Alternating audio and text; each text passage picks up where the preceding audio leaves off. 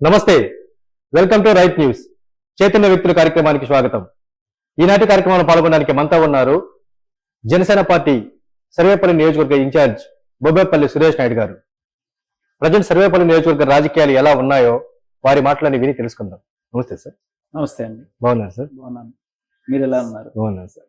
Sir, సరిగ్గా సంవత్సరం క్రితం మీతో ఇలాగే 1-to-1 ఇంటర్వ్యూ చేస్తే సార్, అలయన్స్ లో భాగంగా మీరు టీడీపీకి చేయాల్సి వస్తుంది అన్నాను. అదే ఇప్పుడు నిజమైంది 100%. సోమిరెడ్డి గారితో ఇప్పుడు మీ పొలిటికల్ జర్నీ కొనసాగిస్తూ ఉన్నారు. ఎలా ఉంది? సోమిరెడ్డి గారు 2 సార్లు శాసనసభ్యులుగా, అదేవిధంగా మంత్రిగా ఆయన సర్వేపల్లి నియోజకవర్గానే కాదు 2 ఉమ్మడి రాష్ట్రాల్లో కూడా ఆయన వ్యవసాయ శాఖ మంత్రిగా ఉన్నప్పుడు కూడా రైతుల దగ్గరికి వెళ్ళి తుఫాన్లు వచ్చినప్పుడు, వరదలు వచ్చినప్పుడు రైతులు పడే కష్టాలు, పండించిన పంటకి గిట్టుబాటు ధర కోసం అనేక విధాలుగా 2 ఉమ్మడి రాష్ట్రాల్లో కూడా కలిసి తిరిగాడు ఆయన. రైతులకు అంటే ఆయనకు అంత ప్రాణం. రైతు కుటుంబాన్ని నుంచి వచ్చాడు కాబట్టి ఆయన రైతుల మీద అంత ఇంట్రెస్ట్ చూపించేవాడు. ఆయన వ్యవసాయ శాఖ మంత్రిగా ఉన్నప్పుడు సర్వేపల్లి నియోజకవర్గంలో ఏ రైతు నీళ్లు లేవన్నా కానీ రాత్రనక పగలనక పోరాటం చేసి నీళ్లు తెప్పించి వాళ్ళకి అన్ని విధాలు ఆదుకునేటువంటి వ్యక్తి. ఆయనతో జర్నీ చేయడం నాకు చాలా ఆనందంగా ఉంది. ఎందుకంటే ఆయన అనుభవం, నాలాంటి యువకుల్ని ప్రోత్సహించడానికి ముందుకు రావడం, జనసేన అధినేత పవన్ కళ్యాణ్ గారు ఏదైతే యువత రాజకీయాల్లోకి రావాలనేటువంటి ఆశయంతో ఒక సామాన్య పేద కుటుంబం నుంచి నేను రావడం, ఇప్పుడు ఈ రాష్ట్ర యువత భవిష్యత్తును దృష్టిలో పెట్టుకొని పవన్ కళ్యాణ్ గారు పొత్తులో భాగంగా ఏదైతే 2024లో జనసేన తెలుగుదేశం కలిసి ప్రజాప్రభుత్వాన్ని స్థాపించడానికి అడుగులు వేయడం మాకు కూడా చాలా ఆనందంగా ఉంది.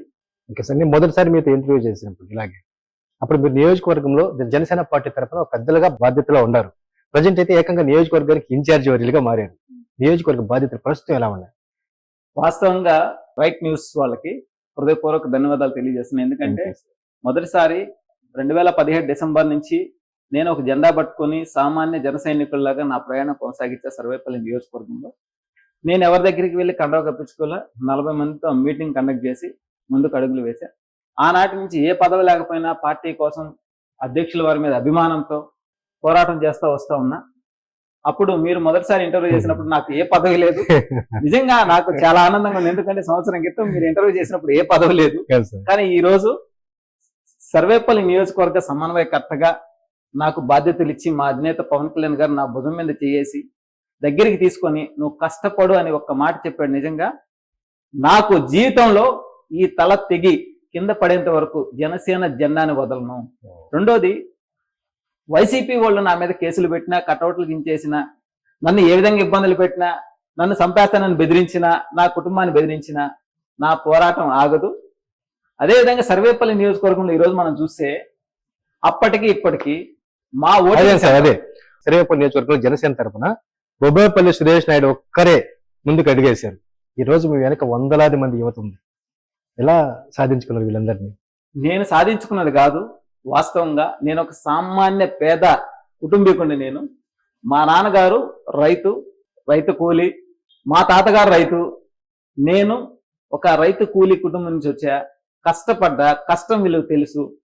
కానీ నేను నా కళ్ళతో సర్వేపల్లి నియోజకవర్గంలో, సర్వేపల్లి గ్రామంలో అనేక మంది రాజకీయ నాయకులు పేద బడుగు బలహీన వర్గాలని వాళ్ళ చెప్పు చేతల్లోకి తీసుకొని ఏదైతే ఎవరన్నా పని ఉందనంటే వాళ్ళ ఇళ్ల దగ్గర పోయి నిలబెట్టుకొని అనేక సార్లు తిప్పుకొని అనేక విధాలుగా వాళ్ళు ఏందో బ్రిటిష్ వారి పరిపాలనలో భారతీయులు ఎలా ఉన్నారో ఆ విధంగా బిహేవియర్ చేస్తున్నారు. అవన్నీ చూసా నేను. పేదలకు ఇచ్చిన భూముల్ని ఏదైతే కృష్ణపట్నం పోర్టు ఏర్పడిన తర్వాత భూములను కొనుగోలు చేసేదాని కోసం వాళ్ళు తీసుకున్న కమిషన్లు, వాళ్ళు తీసుకున్నటువంటి విధానం అవన్నీ చూసిన తర్వాత నాకు చాలా బాధేసింది. ఇంత దరిద్రమా అంటే రాజకీయ నాయకులు ఏది చేసినా చెల్లుబాటు అవుతుంది, సామాన్యులకి న్యాయం జరగదా అంటే ఎలా జరగదు అనేటువంటి ఆలోచనతో నేనున్నా. వాస్తవంగా నేను రంగా గారు అంటే నాకు ఎంతో అభిమానం. వంగవీటి రంగా గారు అంటే 4 రోజులు బతికిన అలా బతికి చనిపోవాలా అనేది. ఈరోజు ఆయన వర్ధంతి. అయితే లాస్ట్ టైం కూడా 2 సార్లు నేను రంగా గారి జయంతి వర్ధంతి కార్యక్రమాలు చేశా. నెల్లూరు నడిబొడ్డులో చేశా. తర్వాత అదే ఆశయంతో పవన్ కళ్యాణ్ గారు ఏదైతే జనసేన పార్టీని పెట్టి ఆయనకు ముందుకు నడిపిస్తూ ఉంటే. ఓకే సార్, సురేష్ నాయుడు గారు, మీ అధినేత, మీ ఆరాధ్య నాయకుడు పవన్ కళ్యాణ్ గారు 3 సార్లు ముఖ్యమంత్రిగా కొనసాగినటువంటి చంద్రబాబు గారి నాయకత్వాన్ని సమర్థిస్తున్నారు, ఆయన అనుభవాన్ని. Yes. మీరు చూస్తే 3 సార్లు మంత్రిగా ఉన్నటువంటి సోమిరెడ్డి గారి అనుభవాన్ని సమర్థిస్తున్నారు. Yes. అంటే అధినేత వెళ్లే దారిలోనే సురేష్ నాయుడు గారు వెళ్తున్నారు అనుకోవచ్చు. 100% ఇప్పుడు Sir. నేను అన్ని నచ్చి మా బాస్ దైవంతో నడిచేది అందరికీ కలగదు, కొందరికే ఆ ప్రాప్తం. అదే ఆయన భావజాలం నచ్చి ఆయన వేసే ప్రతి అడుగుని నేను శిరసావహిస్తూ, ఏదైతే సర్వేపల్లి నియోజకవర్గం అంటే 175 నియోజకవర్గాలు ఒక ప్రత్యేకమైనది. ఖచ్చితంగా ఒక కృష్ణపట్నం పోర్టు కావచ్చు, ఆసియా ఖండంలోనే అతి పెద్ద పోర్టు సార్. పవర్ ప్లాంట్లు కావచ్చు, ఆయిల్ కంపెనీలు కావచ్చు, పారిశ్రామికంగా ఆర్థికంగా ఆక్వా పరంగా అగ్రికల్చర్ పరంగా ఎంతో ముందున్నటువంటి నియోజకవర్గం సర్వేపల్లి నియోజకవర్గం. కానీ ఈ 4 సంవత్సరాల 8 నెలల్లో ఎక్కడా కూడా అభివృద్ధి జరగల. 2 సార్లు సర్వేపల్లి నియోజకవర్గ ప్రజలు గోవర్ధన్ రెడ్డి గారిని గెలిపించారు. ఈ రోజు తలలు పెట్టుకునేటువంటి పరిస్థితి దానికి నిదర్శనం. ఏదైతే ముతుకూరు మండలంలో దేవర దెబ్బ దగ్గర 200 గిరిజన కుటుంబాలు పక్కన కాలువల్లో చేపలు పట్టుకొని జీవనం కొనసాగించే వాళ్ళు, వాళ్ళకి యాష్ పాండ్ నిర్మాణం చేసేటప్పుడు వాళ్ళకి ఇల్లు కట్టిస్తాం, దూరంగా మీకు జీవనాధారం కల్పిస్తామని చెప్పి ఆ రోజు హామీలు ఇచ్చారు. ఇప్పటి వరకు కూడా వాళ్ళ కలలాగానే ఉంది. ఆ బూడిదని పీల్చుకొని సుడిగాళ్ళు వచ్చినప్పుడు ఆ బూడిద ఒంటి మీద పడి స్కిన్ అలర్జీలు రావడం, కిడ్నీ సమస్యలు, అనేక సమస్యలు, వాళ్ళు తాగే నెలల పొల్యూషన్, ఇవన్నీ అనుభవిస్తూ కూడా వాళ్ళు చేతులు జోడించి ఇంకా పైకి చూస్తూనే ఉన్నారు. కానీ రాజకీయ నాయకులు వస్తున్నారు పోతున్నారు. కానీ నేను ఒకటే కోరుతా ఉన్నా, కోట్ల రూపాయలు దోచుకుంటున్నారు, రేపు సస్తే మీరేమన్నా కట్టుకొని పోతారా? కట్టుకోబోయే పని అయితే అసలు మానవ జాతి మనుగడైపోయింది. ఇకనైనా కళ్ళు తెరవండి. ఒక్కసారి కళ్ళు తెరిచి సామాన్య పేద బడుగు బలహీన వర్గాలను ఆదుకుంటే మిమ్మల్ని దైవంగా కొలుస్తారు కదా, ఎందుకు చేయలేకపోతున్నారు అలా? ఓకే ఓకే సో ఈ ఆవేదనే మిమ్మల్ని బాగా ఇబ్బంది పడుతుంది. 100%. ఎందుకంటే నడిచిపోయే వాడికి చెప్పుల విలువ తెలుస్తుంది, రాళ్ళు గుచ్చుకుంటాయి. ఆ చెప్పుల విలువ తెలిసినప్పుడు అవతల వ్యక్తి రాళ్ళ మీద నడిచేటప్పుడు మనం కూడా అతనికి ఏదైనా సాయం చేస్తే బాగుంది అనిపిస్తుంది అనమాట. అంటే కష్టాలు తెలిసిన వాడికే, రైతు కూలీగా తెలిసిన వాడికే, నడుంచి పారబట్టుకుని పనిచేసిన వాడికే ఆ కష్టం విలువ తెలుసు. కష్టం విలువ తెలిసినటువంటి బొబ్బేపల్లి సురేష్ నాయుడు గారికి ప్రజా పరిపాలన పట్ల అన్ని వ్యవస్థలపైన అవగాహన ఉన్నటువంటి సోమిరెడ్డి గారు జత అయ్యారు ఇప్పుడు. అంటే సోమిరెడ్డి గారు యువజన క్రీడా శాఖ మంత్రిగా తొలిసారిగా విజయాన్ని సాధించి విధులు నిర్వహించారు. రెండోసారి పౌర సంబంధాల సమాచార శాఖ చేశారు. మూడోసారి వ్యవసాయ శాఖ చేశారు. మొత్తానికి సోమిరెడ్డి గారు 3 సార్లు మంత్రిగా అపారమైనటువంటి రాజకీయ అనుభవంతో పాటు ప్రభుత్వ వ్యవస్థలపైన విపరీతమైన పట్టు ఉంది ఆయనకి. సో అలాంటి పట్టు ఉన్న వ్యక్తితో ప్రజా సమస్యలు తెలిసినటువంటి సురేష్ నాయుడు గారు జత అయ్యారు. మీ కాంబినేషన్ ఎలా ఉంది? మా కాంబినేషన్ 175 నియోజకవర్గాల్లో నెల్లూరు జిల్లాలో సర్వేపల్లి నియోజకవర్గం ఈ కాంబినేషన్ లో గెలుపు ఎలా ఉంటుందో చూపిస్తాం. ఎందుకంటే ఇప్పటికే 1-2 వచ్చేస్తున్నాయి వైసీపీ నాయకులకి. నేను మళ్ళీ చెప్తున్నా, రేపు కనీసం 50,000కి మించి ఓట్లు రాకుండా మిమ్మల్ని కానీ ఓడిచ్చి ఇంటికి పంపించకపోతే నేను ఇంటికి పంపించే బాధ్యత నేనని చెప్పి సోమిరెడ్డి గారికి మాట ఇచ్చా.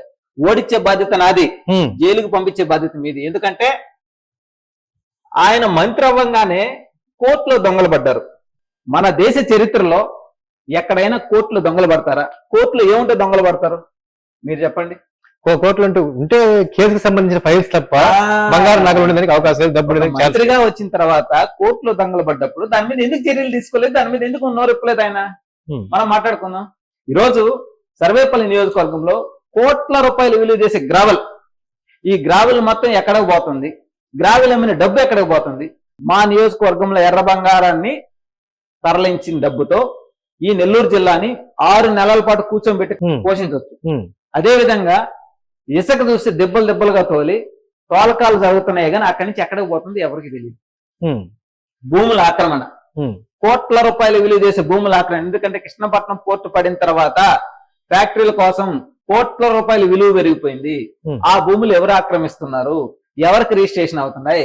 ఎవరికి అనుసరణలు కొనసాగుతున్నాయి? మరి మంత్రిగా ఉన్నప్పుడు ప్రతిసారి సోమిరెడ్డి గారు కమిషన్లు తీసుకుంటున్నారు అంటారు కదా. నీకు దమ్ముంటే నువ్వు పట్టుకో, తప్పు చేసిన పట్టుకో, నిలది. నీ చేతిలో 5 పోలీస్ స్టేషన్లు ఉన్నాయి, జిల్లా కలెక్టర్ ఉన్నారు, ఎస్పీ ఉన్నారు, ఇంతమంది ఉన్నప్పుడు నువ్వేం చేస్తున్నట్టు? అసహ్యం లేదా మాట చెప్పినట్టుకి? ఇప్పుడు మీరు తప్పు చేశారు, నేను అధికారంలో ఉండా, తప్పు చేసిన నేను చర్య తీసుకోవచ్చు కదా. నువ్వు తప్పు చేస్తానని చెప్పడం ఎందుకు? అంటే నా చేతకంతనమే కదా. అంటే వాళ్ళు ఒప్పుకున్నట్టుగా అనిపిస్తుంది అంతే అని కదా. మీరు ఆరోపణ చేస్తున్నారు. ఆ, ఓకే. ఇటీవల సో మనం మొత్తానికి చూసాం. మొత్తానికి వైసీపీ ప్రభుత్వంలో ఉమ్. ల్యాండ్ మాఫియా శాండ్ మాఫియా అన్ని జరుగుతున్నాయి కదా. శాండ్ మాఫియా తెల్ల బంగారాన్ని కోట్ల రూపాయలకి రోజుకు 3-4 కోట్ల రూపాయలు తెల్ల బంగారం పదలకు నుంచి కార్డ్స్ క్వార్ట్జ్ రాయిని తరలిస్తా ఉంటే 3 రోజుల పాటు సోమిరెడ్డి గారు ఆడే పడుకుంటే ఆయన మద్దతుగా మేము 3 రోజుల పాటు మేము అక్కడే ఉన్నాం. ఇది పెద్ద హైడ్రామా. అక్కడ వైసీపీ వాళ్ళు హైడ్రామా.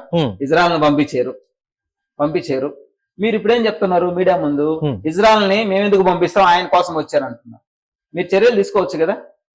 మీకు ఒక ఫోన్ కాలే కదా, మీరు చర్యలు ఎందుకు తీసుకోలేదు? ఆయన ఎందుకు పిలిపించుకుంటాడు? అవసరం ఏముంది? రౌడీలు పంపించారు, ఏమన్నా జంకారా?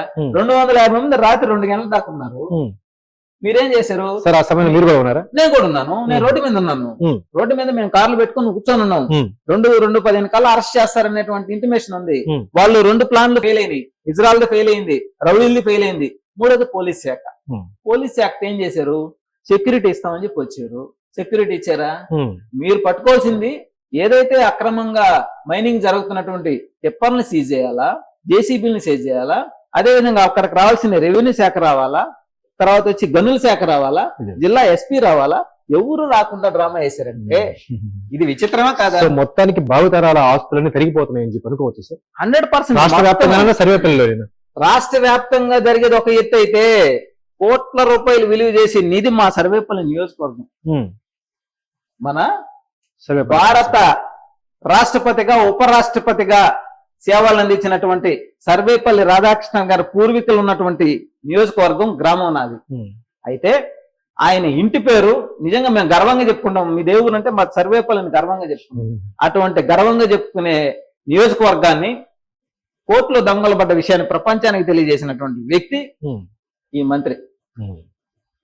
సో ఓకే, ఈ మధ్య కాలంలోనే సోషల్ మీడియా వేదికగా మీ మీద కావచ్చు, సోమిరెడ్డి గారి మీద కావచ్చు, విపరీతంగా కొన్ని పోస్టర్స్ మరికొన్ని మాటలు ట్రోల్స్ చేస్తున్నారు. ఎవరు చేస్తున్నారు? ఎవరో ఎందుకు చేస్తారు? గోవర్ధన్ రెడ్డి గారికి అదే పని కదా. ఆయన వాట్సాప్ మంత్రి కదా, వ్యవసాయ శాఖ మంత్రి కదా. ఆయన వాట్సాప్ మంత్రి. ఆయన ఎంతసేపు వాట్సాప్ లో పోస్టులు పెట్టుకున్నాడు తప్ప వాస్తవంగా సర్వేపల్లి నియోజకవర్గంలో రైతులను ఏ విధంగా ఆదుకున్నాడు, ఆయన సొంత మండలంలో పొదలకూరు మండలంలో నిమ్మ రైతులను ఏ విధంగా ఆదుకున్నాడు. గతంలో తుఫాన్ వచ్చినప్పుడు 6,000-7,000 రూపాయలు పుట్టి ఒడ్లు అమ్ముకొని రైతులు కన్నీళ్లు పెట్టుకున్నారు. ఒక ఎకరాకి నారా తేయాలంటే 7,000, నారా తేనాటికి 7,000. పురుగు మందులు అవి కావాలంటే ఎంత, దుక్కి ఎంత, కోత ఎంత, ఇవన్నీ లెక్కేసుకుంటే 6,000 ఒక పుట్టొడ్లు అమ్మితే 3 పుట్టొడ్లు 18,000 అమ్మితే రైతు ఎలా బాగుపడాలి? ఈ మధ్య గడిచినటువంటి అగ్రికల్చర్ సీజన్ లో గిట్టుబాటు ధర బ్రహ్మాండంగా ఇచ్చాము అని అధికార పార్టీ చెప్పుకున్నారు. మేము కొన్ని పరిస్థితుల్లో రైతులు డిబేట్ చేస్తే రైతులు కూడా ఓకే ఇది బాగానే ఉందన్నారు. మీరు ప్రశ్నిస్తున్నారు. ఈ 5 ఏళ్ల నుంచి చూసుకోండి, ఒక్క రోజు కాదు. ఇప్పుడు ఓటర్ కి 4 సంవత్సరాల 8 నెలల నుంచి పెరిగిన కరెంటు బిల్లులు గుర్తురావు, గ్యాస్ గుర్తురాదు, నిత్యావసర సరుకులు గుర్తురావు, బిడ్డలకు ఉద్యోగ అవకాశాలు లేవు గుర్తురాదు, రాజధాని నిర్మాణం లేదు, పోలవరం ప్రాజెక్ట్ లేదు, ఇవన్నీ తెలియదు. ఎలక్షన్ కు ముందు రాత్రి 2,000 ఒక క్వార్టర్ ఇచ్చేస్తే అయిపోతలేదా? ఇవన్నీ మర్చిపోతారు కదా. తర్వాత నుంచి మొదలయ్యేది కదా మనం చూసుకోవాల్సింది. సో మొత్తానికి భావితరాల ఆస్తులన్నీ కబ్జా కావడం, పరిపాలన చేత కాకనే అధికార పార్టీ నాయకులు మీ పైన అవాకులు చవాకులు పేలుతున్నారన్నది మీ ఆరోపణ. నిజంగానే వాళ్ళకి పరిపాలన చేత కాదంటారు? వాళ్ళకి పరిపాలన చేత కాదనడానికి ఎన్నో నిదర్శనాలు ఉన్నాయి. ఎందుకంటే గోవర్ధన్ రెడ్డి గారి అనుచరుడే కాగితాలపూర్లో వైస్ ప్రెసిడెంట్ గా ఉన్నటువంటి వ్యక్తి పేద బడుగు బలహీన వర్గాల దగ్గర ధాన్యాన్ని కొనుగోలు చేసి కనీసం 3-4 కోట్ల పైన కొనుగోలు చేసి ఆయన లగ్జరీగా కారులో తిరుగుతూ బెంగళూరులో రియల్ ఎస్టేట్ చేసుకుంటూ వాళ్ళు పోయి అయ్యా 60,000-70,000 మాకు ఇవ్వాలా, మాకు ఇప్పించండి అని చెప్పి పోలీస్ స్టేషన్ చుట్టూ తిరిగితే ఎవ్వరూ దాని గురించి పట్టించుకోరు. 5 మండలాల్లో అంబేద్కర్ గారి విగ్రహానికి పూలమాల వేసి ఆయన ఫోటో ఒకటి పెట్టి అయ్యా గోవర్ధన్ రెడ్డి గారు మీ అనుచరుడు ఐపీ పెట్టున్నాడు, రైతుల దగ్గర ధాన్యాన్ని కొనుగోలు చేసి 6 కాలం కడుపు కట్టుకొని బిడ్డల చదువు కోసం, బిడ్డల పెళ్లిళ్ళ కోసం అని చెప్పి వాళ్ళు కష్టపడి పండించుకున్న పంటను దోచుకోపోతే మీరు ఎందుకు పట్టించుకోలేదు? మీరు వ్యవసాయ శాఖ మంత్రి కదా, మరి మీకు బాధ్యత లేదా? మీ అనుచరుడే అని చెప్పి అడిగితే 1కి 4 సార్లు నేను 5 మండలాల్లో కూడా కార్యక్రమాలు చేశాను. అంబేద్కర్ గారికి అర్జీలు ఇస్తే స్పందన లేదు. మరి ఇదేనా పరిపాలన? అంటే రైతులను ఇదేనా ఆయన ఆదుకుందే? పోదారండి మనం గ్రామాల్లో పోతే ఇప్పటికీ ఈది లైట్ లేవు, ఇప్పటికీ మున్సిపల్ పంచాయతీ కాలువల్లో బ్లీచింగ్ కొట్టిన పరిస్థితుల్లో దోమలు తల్లాడిపోతున్నారు. మంచి రోగం వచ్చి ఏదైనా కడుపులో నొప్పి 24 గంటలు కడుపులో వెళ్ళి హాస్పిటల్ పోతే 60,000 70,000 సామాన్యుడు ఆడిస్తాడు. Hmm. మరి ఆరోగ్యశ్రీలో ఉందా?